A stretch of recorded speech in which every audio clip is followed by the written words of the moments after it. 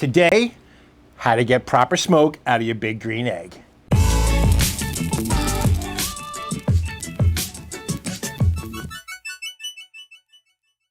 Yeah, welcome back to another edition of The FOGO Life. My name is Captain Ron, and today we're going to talk about big green egg smoke. We did our smoking video on how to smoke on the big green egg, and one of the biggest questions that we got was, how do I get nice, clean blue smoke? Because a lot of times you light it, you get white smoke coming out, but you want to wait and get that nice clear or blue smoke. We're going to show you today 5 tips, that's right, 5 tips on how to achieve that, why you want to achieve that, and how it's going to turn a better product out for you in the end. Hey, good news is we are getting really close to 20,000 subscribers, and we are on a drive to hit that. So I need you to do me a favor. Go up there, hit subscribe. Subscribe to the FOGO Charcoal YouTube channel. Give us a thumbs up. It keeps it, the comments, the likes, keeps it in the feed real good and gets us some new subscribers. We want to hit that 20,000 mark. So if you enjoy what you're seeing, leave us a comment. If you don't enjoy what you're seeing, leave us a comment. If you got nothing to say, leave us a comment anyway. Say hi, let us know you're there. Smoking on a big green egg is definitely a little bit different than smoking on, say, like a big stick burner. On that, you're using strictly wood. You're burning that and it's gonna make really beautiful smoky flavors. But on here, we're using charcoal. Now, our lump charcoal is wood. It's made from just solid wood. If you ever look at it, you'll see it looks just like a piece of wood that you would see, but it looks like it's black and burnt. So, the beautiful part is we're already using wood. But if you want some additional smoke flavor, that's what you wanna add. You wanna add wood chunks. A lot of people like wood chips. We're gonna cover that. I'm not a big fan of wood chips, but I like wood chunks for different reasons. But the funny thing about smoke is that the good smoke that you want to get when you're smoking meats in a big green egg, you won't even really see it. It's either going to be really blue or it's going to be crystal clear. You won't even know it's there. But trust me, it's there. Now let's get into why and how. Now, wood is the key to smoking. It's important. You got to have good wood. You don't want the right wood, first of all, but we're going to get into what kind of woods to use in a minute. What I want to talk about is the kind of smoke. This video is to clear up why the difference between white smoke and blue smoke, all right? White smoke is filled with creosote. It's dirty. When you're burning a fire, it lets off wood particles, gases, other chemical compounds. It's really rich in carbon. The problem is it's smelly and corrosive, all right? Do you want smelly and corrosive on your meat? I don't think so. Nobody does. Well, we're gonna start now with number 1. Can you guess what that is? That's right, it's the wood. Not just any wood, okay? So we got our nice 2x4, a little pressure treated baby. We're gonna start smoking? No, no, no. No pressure treated, no plywood, no treated woods of any kind. Nope, you don't want anything like that. The other kind of wood that you do not wanna use is anything that's like plywood, anything like that. It's bad. But resin wood, like from a tree, you look at this and say, hey, great, we got this. You can smoke with that, right? Yes, this you can, but it's gonna look similar, but you don't want pine tree, you don't want evergreen, you don't want any of that stuff because it's gonna create ugly, bad smoke, and you don't want that on your food. So, that's bad wood. Let's get rid of that and move over to the good wood. Like this is a little split right here from firewood. It's clean, it's natural, it's not kiln dried, it's naturally seasoned, but it's gonna burn beautifully. Oak, mesquite, citrus woods are all good. All right, these are the kind of woods that you want to use. The other thing that you can use is burn chunks like this. These are barrel proof. They're called Smoke Your Bourbon. They are actually made from bourbon barrels that were used to age whiskey in. And you can smell it. And what it does is it imparts an absolutely beautiful flavor into your food. So you can find these on our website. There's a link below in the description if you want to check them out. The next tip I have is how much is the right amount of wood to use? I'll give you a hint. This is too much. That's about right. Yep, that's right. The right amount of wood is really important. Remember one thing about this, okay? We're not using this as our fuel. Charcoal is the fuel. That's what we're burning. This is merely for smoke. So we're gonna set it strategically on our fire so that this is gonna burn. We're gonna get it burning hot enough so that's creating a nice blue smoke.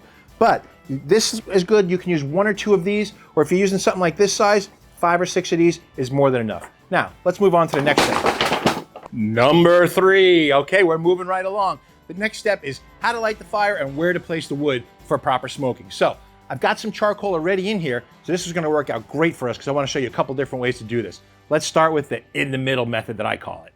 Now, if you're working with this and you got some charcoal in there already, a great way to do this is to set this right on top of your old charcoal, and we're gonna put new charcoal right on top of it, and we're gonna light it and let it burn down to the wood. This way it gets a nice hot fire going by the time that it gets the fire lit and makes it for a clean fire. My favorite part, fire. Now what I like to do once I've got those fire starters burning is just kind of make a little, not a TP, but just get some charcoal up over that fire so that it gets a nice flame around it. We don't want to smother it. Remember, air is what makes the fire breathe and makes the fire better. So we just want to get it so that it's going to light some of this charcoal on here, and we're going to knock that down as soon as it starts burning good. Now while we're letting that fire build, you can see we have our vent all the way open. I keep the screen closed for safety, but this vent is all the way open while we're letting our fire build. We are 11 minutes into this so far, and you can see here the coals are burning quite nicely. So what we're going to do now is we're going to take our little center thing and knock this down a little bit, spread these coals out, okay? And what's going to happen now, since we put the firewood underneath there, that fire is going to burn down to the wood and get that smoking. Now that's the important part. Now is when you put your deflector in.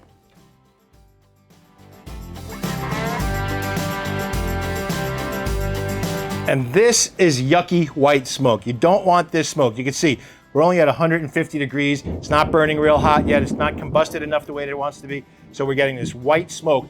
It's natural at the beginning. Don't worry about it. It's going to clear up, I promise you. If you're going to use chunks like this, this is how you put them in. You're going to put them in. We got a nice hot fire going. You're going to put it in just around the edges of the fire so that they catch us one at a time. We don't want them all burning up in the first half hour. So you can see that I spaced them out a little bit. Why did I do that? Because if I put them all right in the center of the fire, in the first half hour, it's all going to burn out. Your meat's only going to take smoke flavoring on for about the first hour and a half to 2 hours. That's it. After that, you could put it in the oven if you want. It's not going to change the flavor. But for that first hour, hour and a half, you want nice, good, solid smoke hitting it. As you can tell, it's hitting everywhere right now. But it's going to hit it beautifully, and it's going to make that nice, clean smoke. Have I used the term clean smoke enough for you yet? Anyway, by doing it like this, it's going to do it. It's going to allow it to catch little by little, and then it's going to just burn out from the center out, and you're going to get smoke that whole entire time, the first couple hours. Now, you can probably hear the thunder going, so I think we're going to get wet here soon. Now you notice one thing, we got some flames going here, we got some fire, there's almost no smoke. When there's flames, you're not going to see a whole lot of smoke.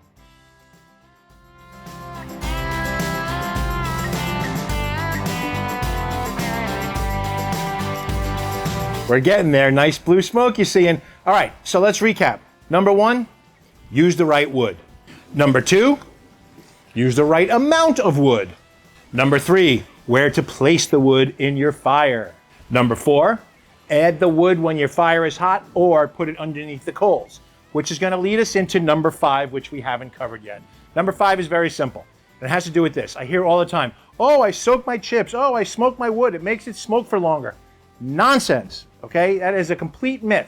The only thing that soaking your wood does for you is it absorbs water. And what does water do to a fire? Let's see. Oh, that's right. It extinguishes it. It puts it out. It's going to make it smolder. It's going to give you nasty smoke. It's not going to burn hot enough. We said that the magic number for the temperature is 250 degrees.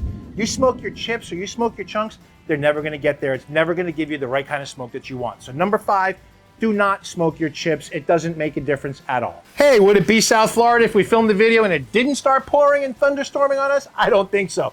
In any case, check it out. Blue smoke. We're at 248 degrees. It's just a touch below 250. Got nice, clean blue smoke coming out of there. Actually, you want to try something? When you first light your fire, you got that white smoke, smell that, and then smell this smoke, the blue smoke when you got this coming out. It's totally different, totally different. This actually smells sweet. You can smell it that it's a clean burning fire. I don't know if that makes any sense, but it actually does. So that's my tutorial on how to get clean smoke in your big green egg. I hope that it helped. These are my 5 tips. I hope they help you out a lot. So in any case, remember, get out and grill, and we will see you the next time on The FOGO Life.